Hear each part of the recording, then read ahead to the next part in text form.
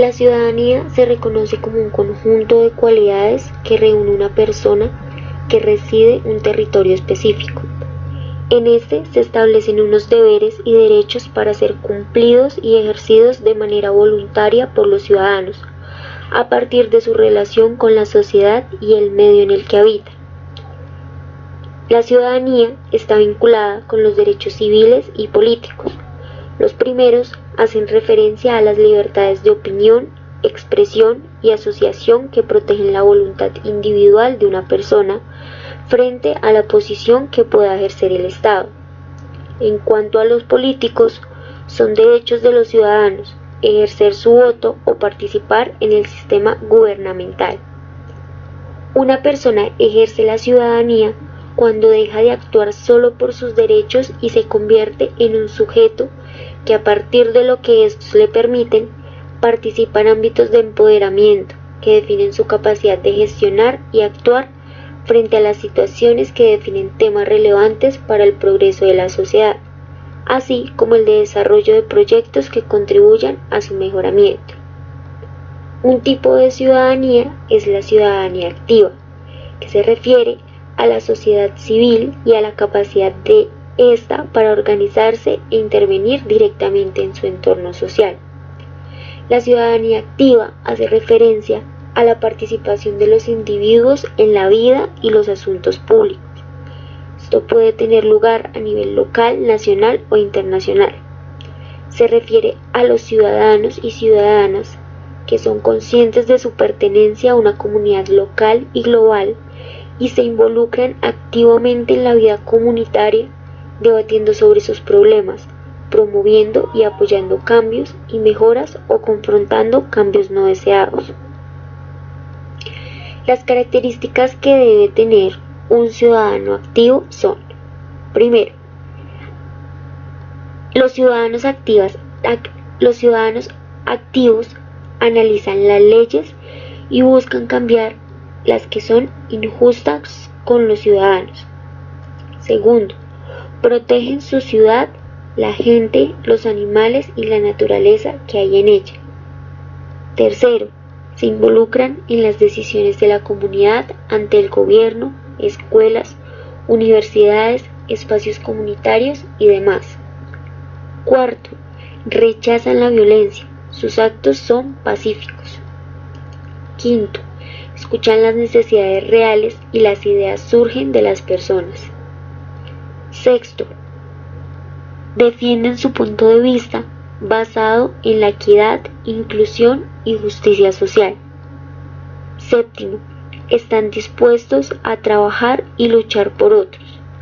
Y octavo, piensan de forma crítica y se basan en un conocimiento político, económico y social de la situación de su comunidad. El tema de ciudadanía se aborda desde la imitación de un capítulo de La Puya, porque en este programa sus interlocutores cuentan con algunas de las características para ser un ciudadano activo, ya que estos piensan de forma crítica, basándose en un conocimiento político, económico y social de la situación del país. Además, estos dan a conocer diversas problemáticas por las que atraviesa el país y proponen alternativas para su solución. Ush, marica, hablar de pensiones es un bodriazo. Sí, ¿quién se sienta con sus amigos a hablar cuántas semanas le quedan para pensionarse? Cuando uno habla de si es más cool el fondo privado o el público. Nunca. ¡Qué hueso! Uy, sí, cuando mis papás sacan ese tema en la comida, yo quedo con muerte cerebral. Cucu. ¿Y a quién carajo se le ocurre preguntarse, al son de una guitarra y de un vino caliente, qué será de mí, de nosotros cuando seamos viejos? Tiene sentido. ¿Uno por qué carajo se va a matar la cabeza pensando en su futuro? Si estamos en plena era del mindfulness, que aclama a gritos el presente, el aquí y el ahora. Y además, porque ¿quién coño se entiende qué es el régimen de prima media? Régimen de ahorro individual con solidaridad. El ingreso de base de liquidación o la indemnización sustitutiva. Qué sueño, marica. Pero hoy queremos ser obvios y decirles que ustedes se van a envejecer. Y no va a ser esta vejez. Todos necesitamos un ahorrito para la vejez. Por eso hoy les contaremos los 7 mitos más comunes sobre pensiones. Como yo nunca me voy a pensionar, pues que mis hijos me mantengan. Partamos de lo básico. Hasta hace relativamente poco empezamos a hablar de pensiones. Bisabuelos y tatarabuelos sobrevivían gracias a que algún hijo con alma caritativa les daba el quito para sobrevivir. Esa regla casi nunca se cumplía y por eso muchos viejos vivían en la pobreza.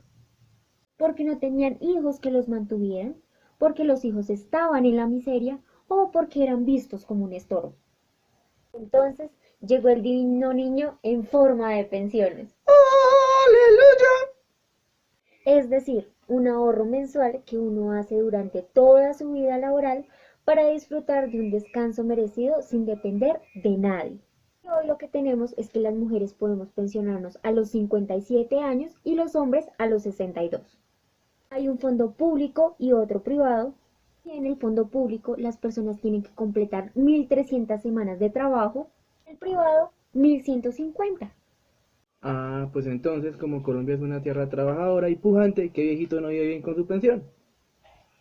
Primero, casi nadie logra completar esas semanas ni tener el ahorro suficiente para pensionarse. 3 de cada 4 no se pensionan y para el 2050 solo el 20% tendrán pensión. Más de la mitad de los trabajadores colombianos viven del rebusque y ganan menos de un mínimo. Así que la mayoría de gente piensa en ¿qué voy a llevar de comer esta noche a la casa? ¿En dónde vamos a dormir? ¿Qué vamos a hacer del arriendo? ¿Cuándo es que tengo que llevar los papeles al trabajo? ¿Tengo que ir a recoger a mis hijos al colegio? ¿Tengo que llevar a mi mamá al médico? Y de último, sí, tengo que cotizar para la pensión. Pero bueno, supongamos que hay alguien que hace el esfuerzo sobrehumano de pagar la pensión. Pues se encuentran con que el sistema pensional solo los acepta si ganan un mínimo o más. Y en Colombia la mitad de los trabajadores ganan menos que eso. Bueno, hablando de la gente que sí se pensiona, mis papás siempre han dicho que es mejor el fondo público y por eso yo estoy ahí. No necesariamente Colpensiones es mejor. Para algunos pensionarse en el fondo privado es más fácil que en el público. Que no importa tanto completar las semanas ni la edad, sino el monto ahorrado. Es como correr una maratón en menos kilómetros, teniendo en cuenta que si la gente no cumple las semanas, se les devuelve la plata que alcanzaron a ahorrar.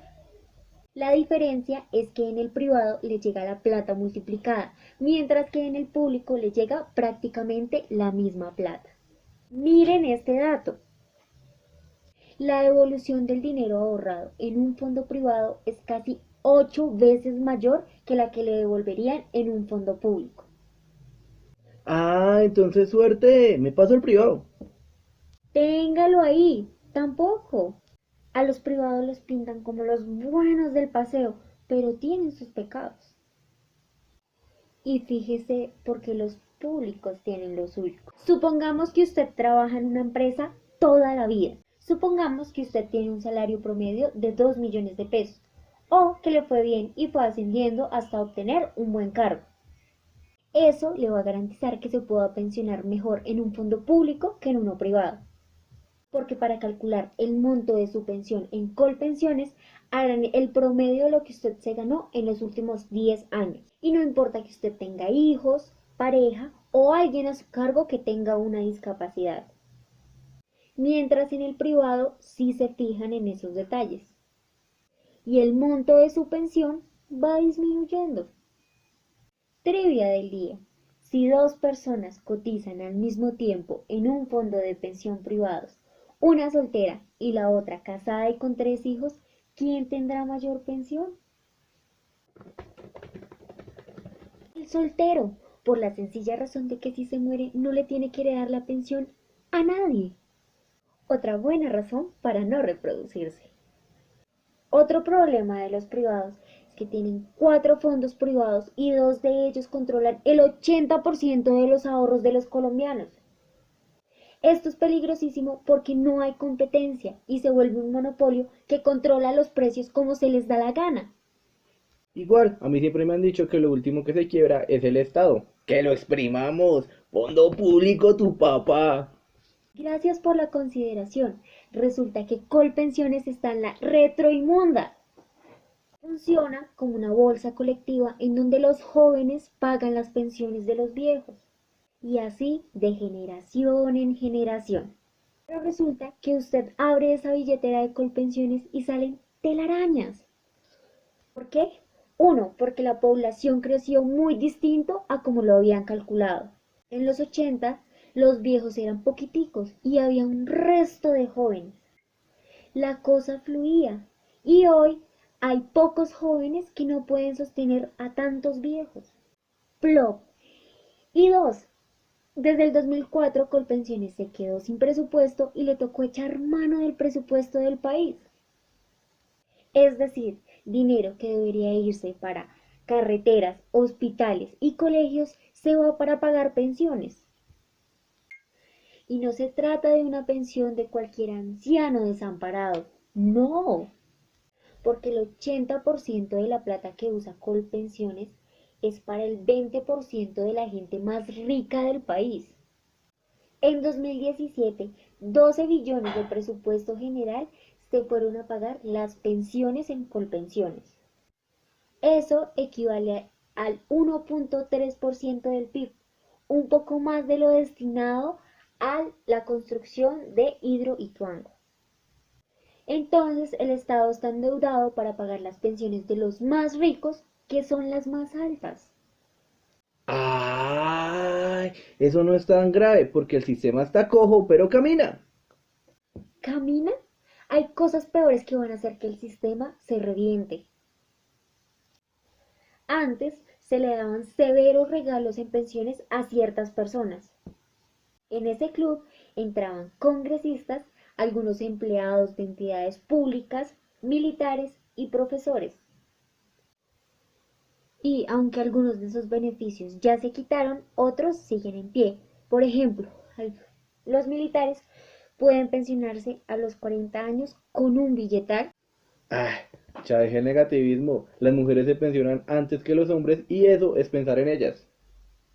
Pues sí jodemos, porque es que hasta en eso nos va mal. Las mujeres nos pensionamos 5 años antes que los hombres y esto se pensó así porque históricamente nos asignaron cargas más pesadas en el cuidado y crianza de los niños, lo que obliga a que estemos fuera un tiempo del mundo laboral y lo que parece ser un beneficio resulta siendo un castigo. Primero, porque según las estadísticas las mujeres vivimos más que los hombres. Entonces, cuando los fondos de pensiones privados van a hacer los cálculos, resultan dándonos menos dinero que los hombres con las mismas características. Porque vivir más es igual a hacer rendir la plata por más tiempo. En el público no pasa esto. Entonces tenemos que acumular más capital que el de los hombres en menos tiempo. Y segundo, eso es muy jodido, porque a nosotras las mujeres casi no nos dan trabajo, porque según algunas organizaciones, las mujeres no somos sinónimos de embarazarse. Además, muchos de los trabajos a muchas mujeres no les convienen, porque tienen que estar cerca de sus casas para cuidar a los niños. Y sin contar que muchas son madres solteras y resultan aceptando cualquier cosa. Así es muy jodido hacer más plata. Y tercero, súmele a eso que a los trabajos domésticos no se les paga. Ah, ya me duele la cabeza, apague y vamos. Ahorre lo que pueda debajo del colchón. No, calma. Cada vez que se intenta reformar el sistema pensional, la gente pega el grito en el cielo. Y aunque parezcan pañitos de agua tibia, hay cosas que sí se pueden hacer para mejorar la cosa. Que los que no alcanzan a tener pensión porque están en la pobreza extrema tengan otras posibilidades. Que se repiensen los grandes beneficios que tienen ciertos sectores. Que las pensiones de altos ingresos paguen impuestos. Que exista una reforma pensional con datos actualizados. Que no crean que por reducir la edad de jubilación de las mujeres nos están haciendo un favor. Y sobre todo entender que las pensiones no son para hacerse rico. Son para proteger a los más viejos y usted va para allá.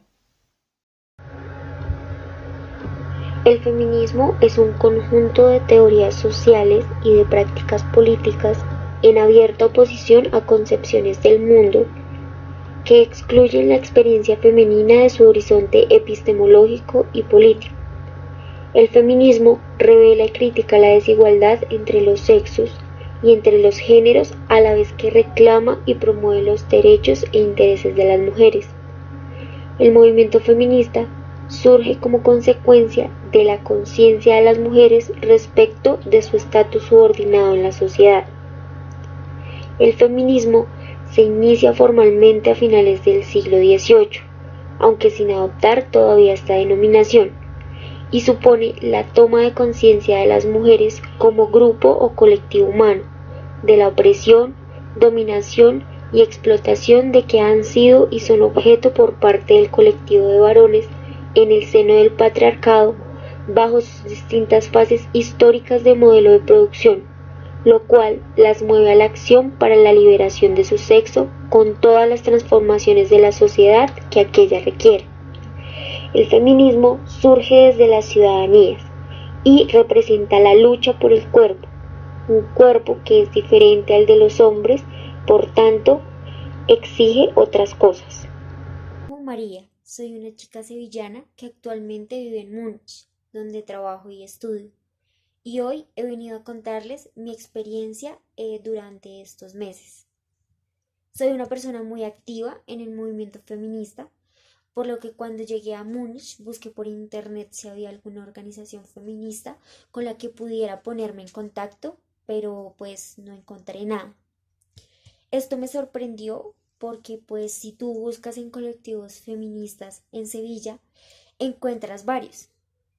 Al pasar las semanas me di cuenta de que Múnich es una ciudad clasista y bastante conservadora en ese sentido. Desde que llegué he sufrido muchas situaciones machistas. eh, Estoy en una lucha continua y diaria. Yo trabajo en un hotel en el que trabajan pues personas de diferentes nacionalidades y el trato hacia las mujeres es distinto entre unos y otros.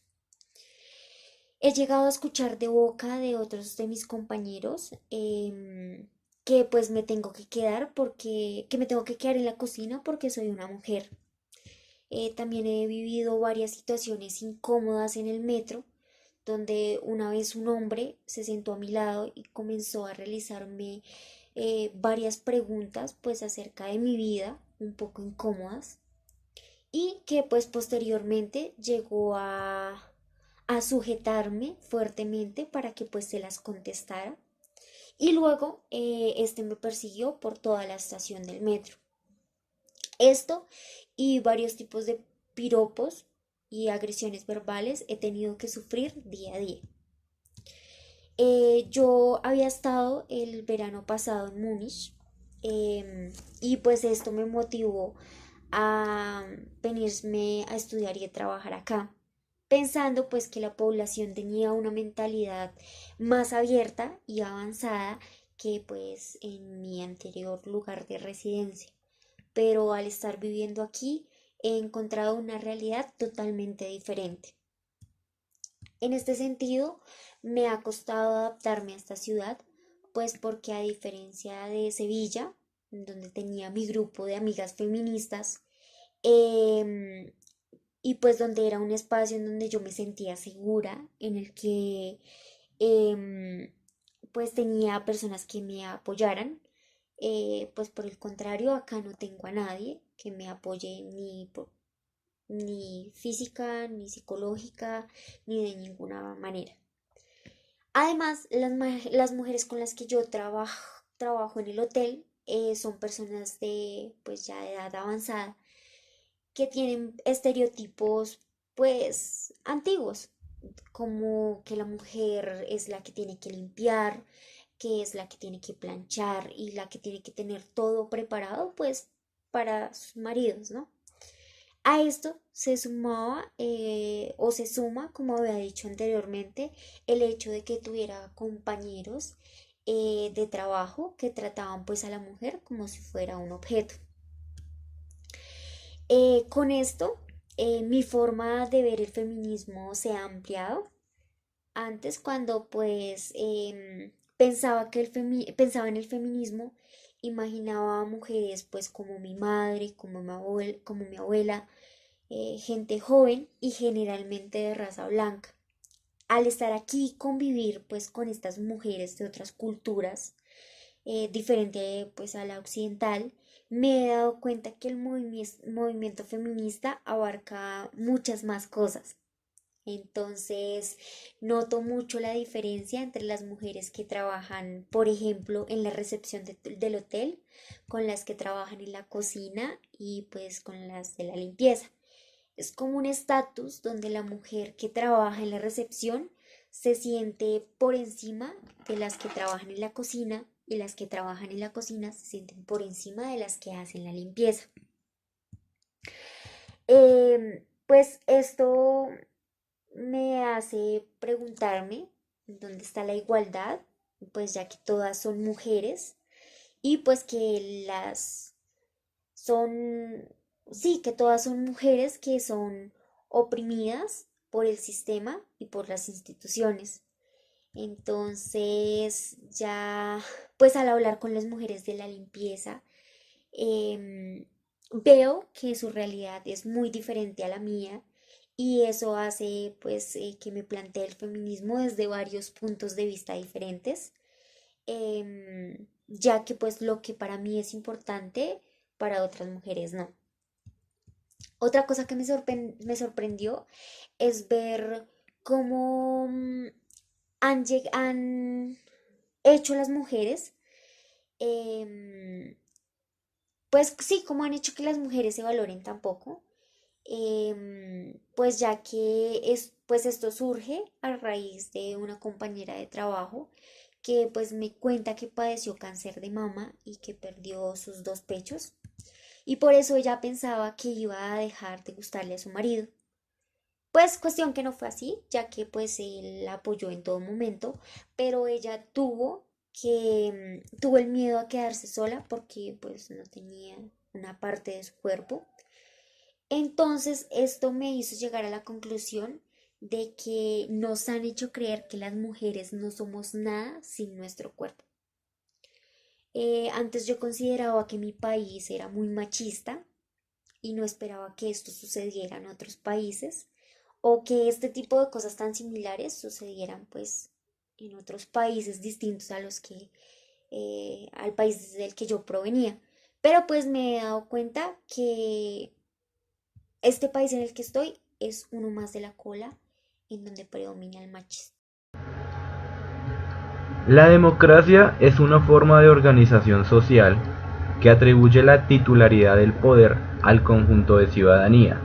En sentido estricto, la democracia es una forma de organización del Estado, en la cual las decisiones colectivas son adoptadas por el pueblo mediante mecanismos de participación directa o indirecta, que confieren legitimidad a sus representantes.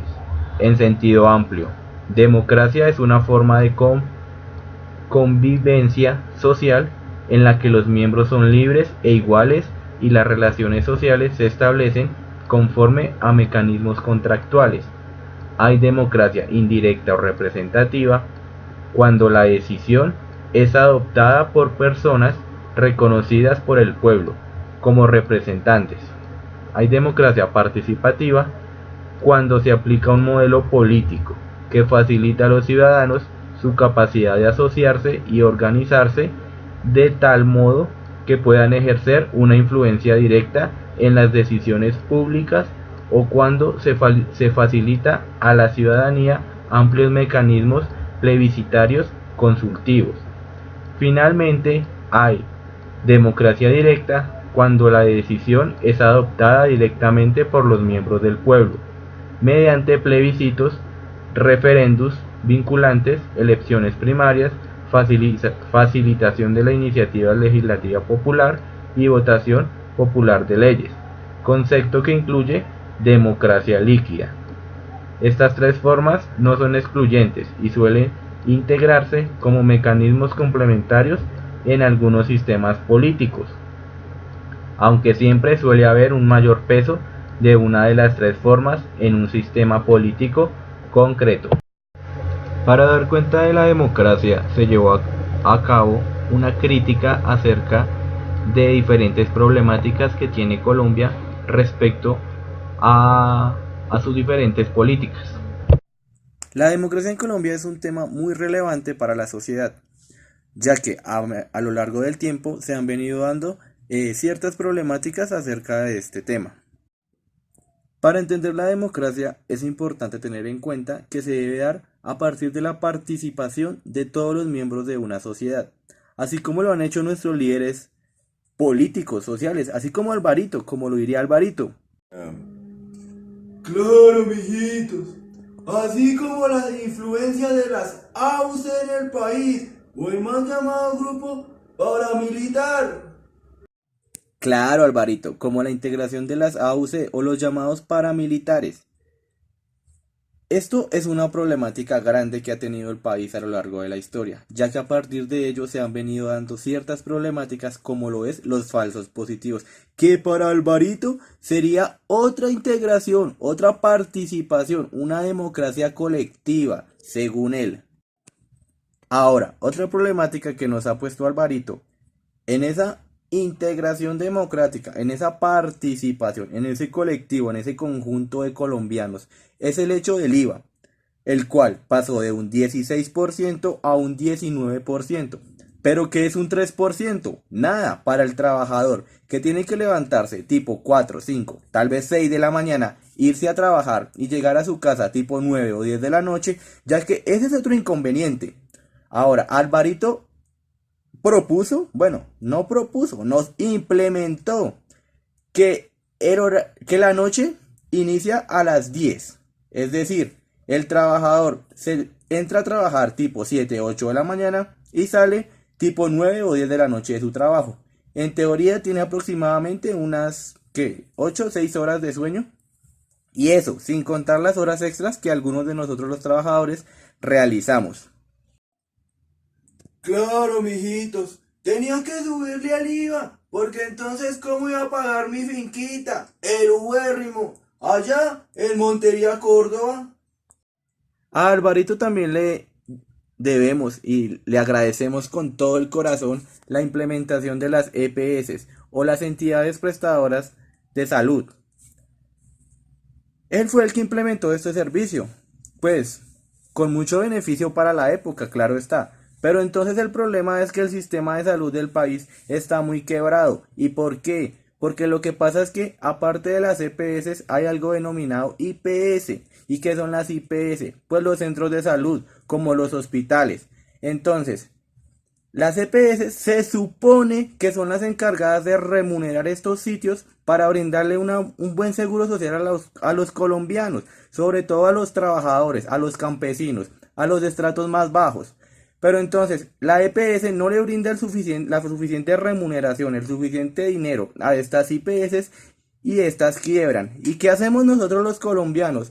Le echamos toda la culpa a las IPS sin reconocer ni saber lo que realmente está sucediendo. El problema no es de las IPS, el problema no es de los médicos, no es de la educación. Bueno, de la educación también, pero no es de los médicos ni de los establecimientos. El problema es que el gobierno, las EPS, no les brindan, no les dan el dinero. Entonces, hay que bajar costos en medicamentos, hay que bajar costos en toda la materia prima utilizada en el hospital, incluso en la sangre que nos brindan.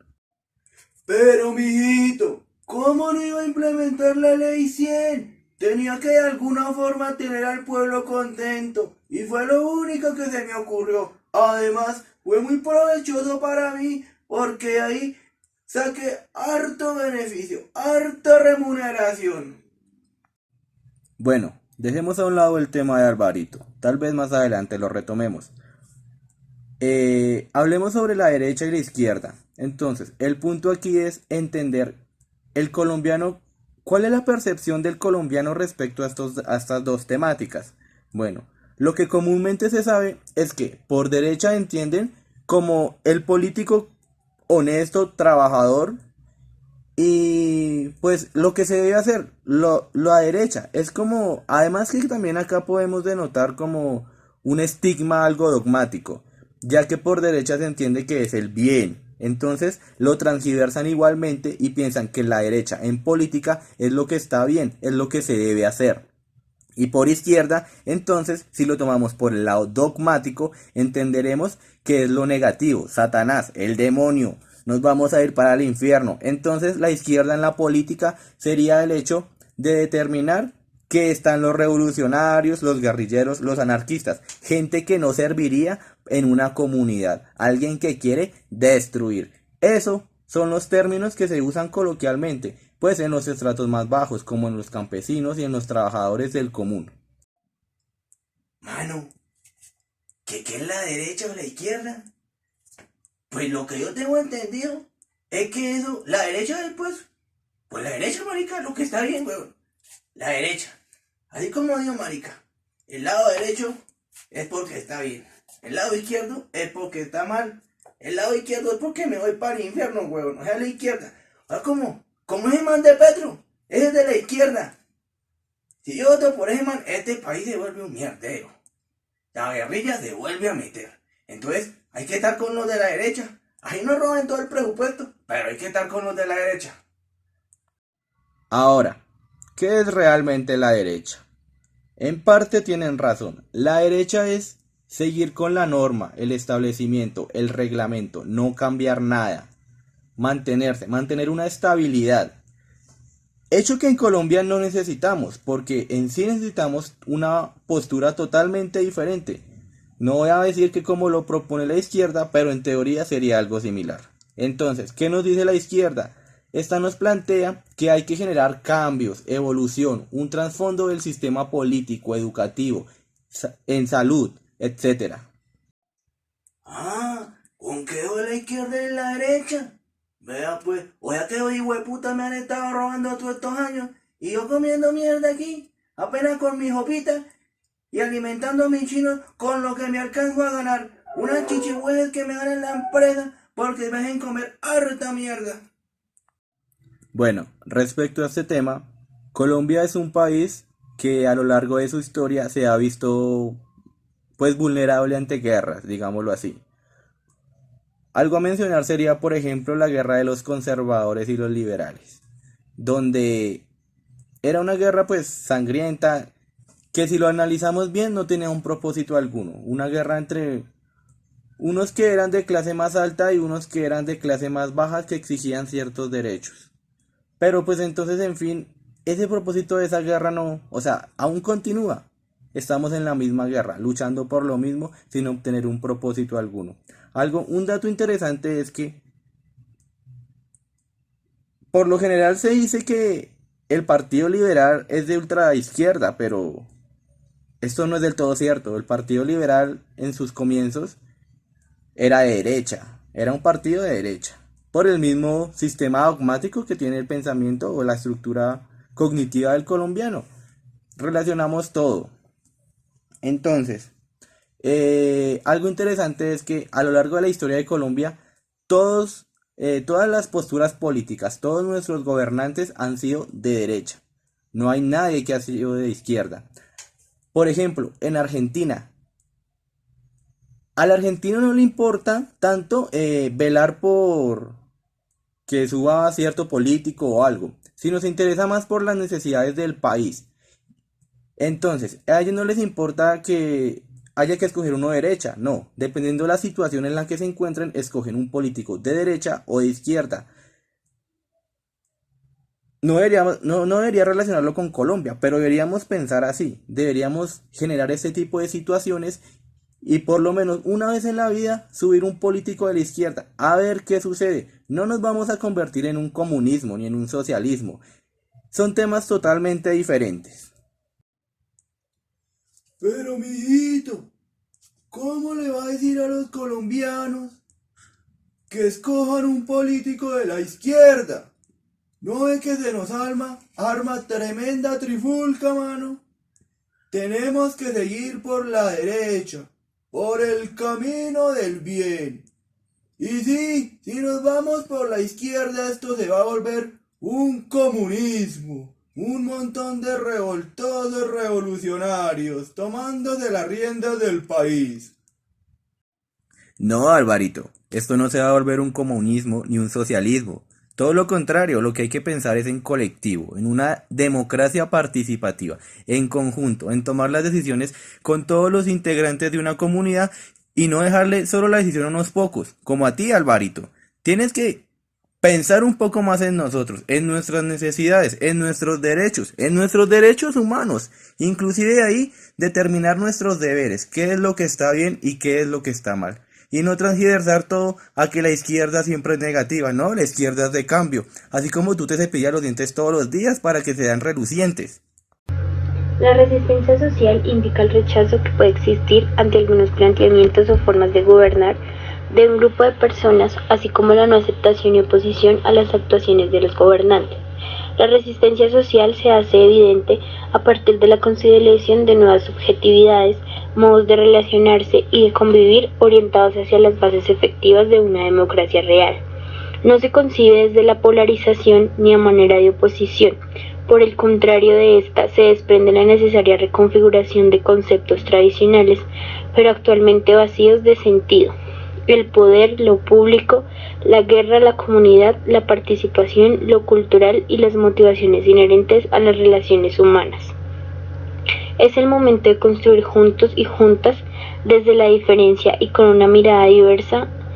Según la investigación denominada La resistencia social, una resistencia para la paz, cuyos autores son Sally González Higuera, Juan Carlos Colmenares y Viviana Ramírez de la Universidad Santo Tomás, las iniciativas locales en el marco de la acción política de la resistencia social están encaminadas a solucionar contextos complejos, problemas puntuales y propios de una determinada comunidad. Así su cobertura sea reducida porque se limita a lo local, ha sido valioso su impacto en términos de bienestar. Pequeñas organizaciones locales han creado sus propios espacios para poder actuar, a veces en concordancia con las políticas públicas y otras de manera absolutamente creativa y autónoma.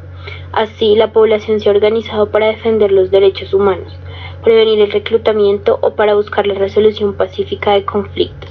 Exploran los alcances de la educación y la cultura para la paz y la manera de proteger a la infancia de un destino que no ofrezca opciones para la vida.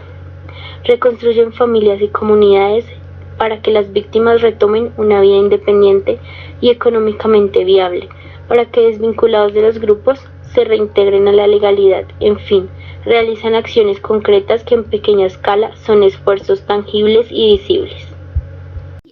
Soy lideresa del municipio de Facatativá y quiero contarles un hecho histórico que se presentó el 19 de septiembre de 1996, que más que una huelga fue un hecho de resistencia popular. En conjunto con los vecinos de los barrios Brasilia y Molinos, nos unimos en el sur de Faca. Gritábamos a pesar de nuestros ojos rojos y la resequedad de nuestras gargantas que dejaron las bombas lacrimógenas que lanzaron los uniformados para repeler nuestro ataque. Era cerca de la 1 de la tarde y habían pasado 2 horas de disturbios intermitentes en los alrededores de la salida de Villeta. Allí viven cientos de vecinos que han recibido cuentas de cobro de la empresa de energía eléctrica de Cundinamarca por 5 o más veces el valor que acostumbran a pagar en sus facturas. La ira de nosotros los manifestantes fue tal que hacia las 6 de la tarde de ayer la sede de la empresa de energía de Cundinamarca fue apedreada y luego incendiada. El edificio que estaba ubicado frente a la plaza de mercado había sido inaugurado hace menos de un año. Los reclamos de nosotros los habitantes de Faca resonaban desde temprano. Nosotros apenas ganamos el mínimo cultivando flores. ¿Y cómo vamos a pagar 80.000 pesos por un recibo de luz? Una señora rubia que estaba a mi lado también estaba muy indignada porque en la madrugada la policía había lanzado bombas de gases a los techos de las casas donde se encontraban niños y mujeres. El personero de Facatativá, Acosta, nos dijo la denuncia de la gente. Es otro de los atropellos de la fuerza pública que atacó sitios donde había mujeres y niños. La policía negó estos cargos y su director, que en ese entonces era el general José Rosso Serrano, dijo que el país tiene que entender que la fuerza pública debe defenderse de la agresión. Un miembro de esta institución resultó herido de bala en una pierna y tal como lo vimos anoche, los uniformados fueron atacados con bombas incendiarias. Además, tenemos que recordar que estamos para restablecer el orden donde los infiltrados de la guerrilla intentan acabar con todo. Ese señor diciendo que la guerrilla cuando era el pueblo el que estaba indignado. En el municipio de Facatativá, sin duda alguna, se había presentado una batalla campal, pero a las 11 de la mañana ya se notaba una calma un poco más tensa, pero ya había calma en el municipio. Los policías se encontraban ahí, escondidos en sus tanquetas, cuando de pronto soltaron a 2 vecinos de sus tanquetas. Todo el mundo quedó sorprendido. Ellos habían sido detenidos por la policía en los disturbios de la madrugada y se perdieron en medio de las multitudes que los gritaban.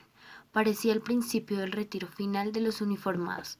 Sin embargo, 2 minutos más tarde, desde una de las azoteas, lanzaron varias piedras a los uniformados, a los cuales estos respondieron con la misma arma y gases que pronto inundaron el lugar e hicieron que la gente se refugiara en sus casas o corriera por las calles y potreros.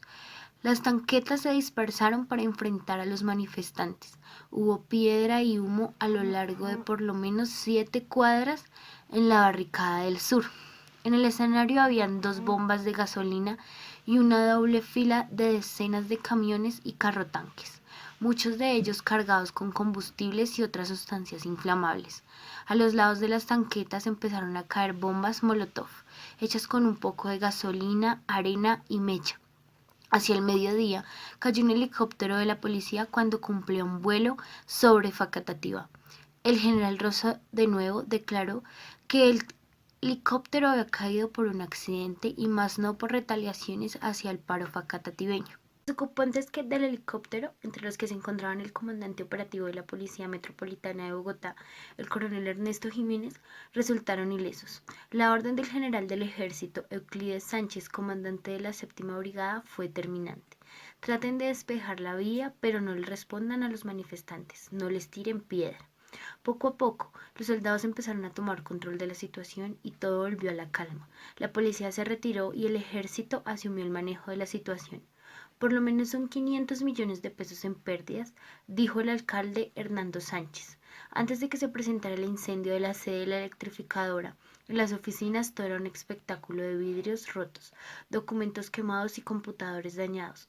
Un panorama más desolador mostraba el almacén Tía, donde todo estaba por el suelo y los vidrios de la entrada estaban rotos, pues muchos de los manifestantes, algunos que iban en contra de los ideales de la protesta social, hicieron su agosto en el septiembre negro de esta población. La culpa de todo es del gobierno, que no aceptó la nueva estratificación después de 8 meses de haber sido expedida. Entre otras cosas, el procedimiento legal ya se subsanó, porque el decreto correspondiente a la nueva estratificación fue publicado en un periodo de amplia circulación nacional, como lo dictan las normas. El pasado 14 de septiembre, dijo Sánchez desde el escritorio de su despacho destruido, el alcalde acudió a una reunión en Bogotá, acompañado de Monseñor Gabriel Romero, obispo de Facatativá, algunos voceros del paro y miembros del gobierno municipal. Como carta de presentación llevaban un acuerdo en el que se determinaba el retiro de la fuerza pública, la eliminación de las alzas en el servicio del acueducto y el compromiso de levantar el paro cuando una comisión del gobierno nacional se hiciera presente en la población y llegara a un acuerdo con ellos. Este compromiso estaba pactado ayer cuando se presentaron los disturbios más graves, que dejaron 17 heridos y un muerto, según Olegario González, gerente del Hospital San Rafael de Facatativá. Solo ayer hubo más de 40 heridos, entre ellos 8 policías y un soldado, la mayoría por heridas menores, golpes con objetos contundentes, caídas e intoxicaciones con gases lacrimógenos. En su mayoría han sido dados de alta, pero hay 2 personas graves, una con un trauma cráneoencefálico y otra con problemas respiratorios debido a los gases. González desmintió la versión de que un niño habría muerto a causa de la asfixia producida por los gases lacrimógenos. Añadió que aún no se ha determinado la causa de la muerte de la única víctima. Además, en Facatativá se rumoraba sobre ataques al supermercado Cafam y en las casas de los exalcaldes Álvaro Bernal y Licerio Villalba, a quienes nosotros como población consideramos responsables de la mala estratificación que creó el problema. En los términos del acuerdo, Facatativá tendrá una nueva estratificación dentro de 20 días, según lo pactado por el Comité del Paro y autoridades municipales y nacionales. Con esto se espera dar solución al problema de las tarifas de energía eléctrica, de manera que el 90% de nosotros los facatativeños quedemos catalogados entre los estratos 1 y 3. El anuncio fue hecho por los secretarios de Gobierno Nelson Villarraga de Planeación, José María Micán y de Hacienda Álvaro Bendaño. La declaración de toque de queda dependía anoche de la evaluación que tuviera la situación de orden público después del arreglo. La gente chifló al alcalde cuando éste anunció el acuerdo a través de la radio local, y aún así se mantenía la expectativa de nuevos enfrentamientos al cierre. La administración municipal espera, sin embargo, un pronto regreso a la normalidad que permita abrir las puertas del comercio hoy mismo. Por su parte, el ministro del Interior, Horacio Serpa, dijo ayer que le pidió al fiscal Alonso Valdivieso designar un fiscal especial para que investigue los hechos relacionados con la protesta social que se presentó aquí en el municipio de Facatativá, al considerar que la manifestación generó abruptos desmanes. Afirmó que el gobierno no discutirá con los manifestantes ninguna solución a los asuntos que causan inconformidad, mientras estos persistan en las vías de hecho para hacer sus reclamos. Él argumentó que no era pacífico bloquear las carreteras y así se lo ha hecho saber a los voceros de los manifestantes que estuvieron reunidos hoy, compañeros de nosotros voceros que se reunieron hoy junto con el alcalde. Aún existen muchas dudas en nosotros la población facatativeña y esperamos a que se concrete un acuerdo de verdad antes de que se levante el paro. El concejal Raúl Heráclito Martínez afirmó que los reclamos de nosotros la población están justificados porque algunos barrios de vivienda de interés social como La Arboleda y otros pagan tarifas de estrato 4, tarifas excesivamente caras para barrios de estrato 1 y 2. A pesar del acuerdo logrado entre el gobierno nacional y las autoridades de Facatativá, el ánimo en este municipio sigue caliente. En los pobladores del municipio, a quienes no nos gusta la decisión de nuestros representantes y todavía cargamos piedras en nuestras manos. Desde Bogotá, las autoridades enviaron 5 tanques con el propósito de levantar las barricadas y despejar las vías. El ministro del Interior, Horacio Serpa, fue enfático y señaló que el gobierno no dará un solo paso para atender las reclamaciones que se presenten equivocadamente desbordando la autoridad. Indicó además que quienes tienen a su encargo la vigilancia del orden público tienen claro que hay que perseguir a los que sancionan la ley para castigarlos. De todas maneras, no daremos el brazo a torcer e invitamos a los facatativeños a que se unan a este tipo de espacios de participación ciudadana, donde podemos reconocer nuestros derechos, hacer valerlos, tener dignidad y tener justicia. Este tipo de espacios sirven para el empoderamiento y la resiliencia de nuestro municipio. La reexistencia, según Adolfo Albán, se concibe como las formas de reelaborar la vida autorreconociéndose como sujetos propios de la historia, la cual es interpelada en su horizonte de colonialidad como el lado oscuro de la modernidad occidental y reafirmando lo propio sin que esto genere extrañeza, revalorando lo que nos pertenece desde una perspectiva crítica frente a todo aquello que ha propiciado la renuncia y el autodesconocimiento.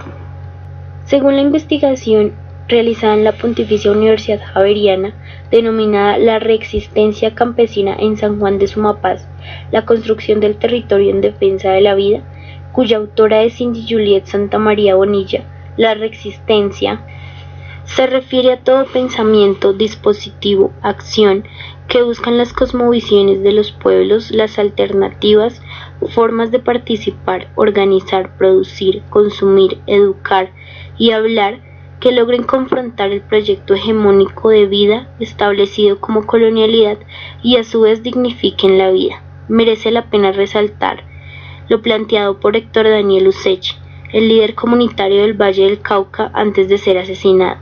¿Qué nos vamos a inventar hoy para seguir viviendo?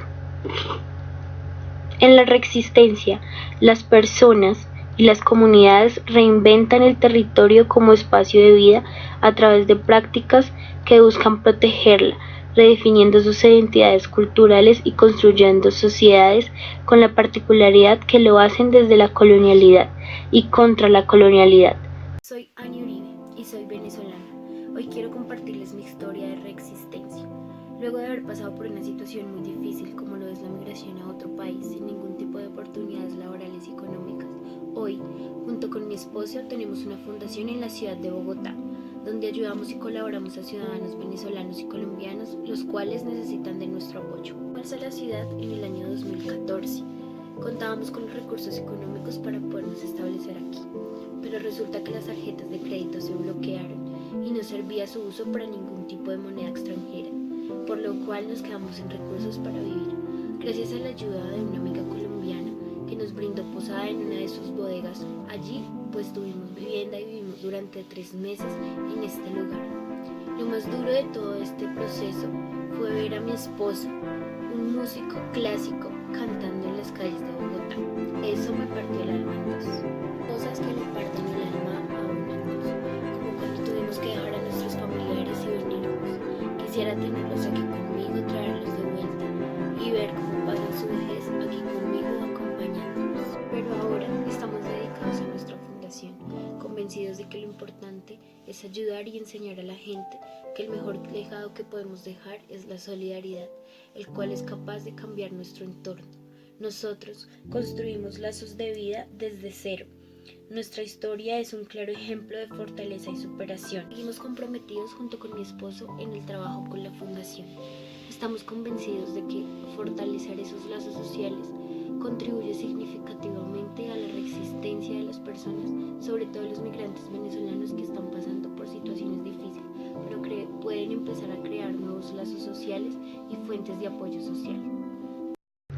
Respecto al psicoanálisis en la psicología política, nos enfocaremos en el fenómeno del antiedipo.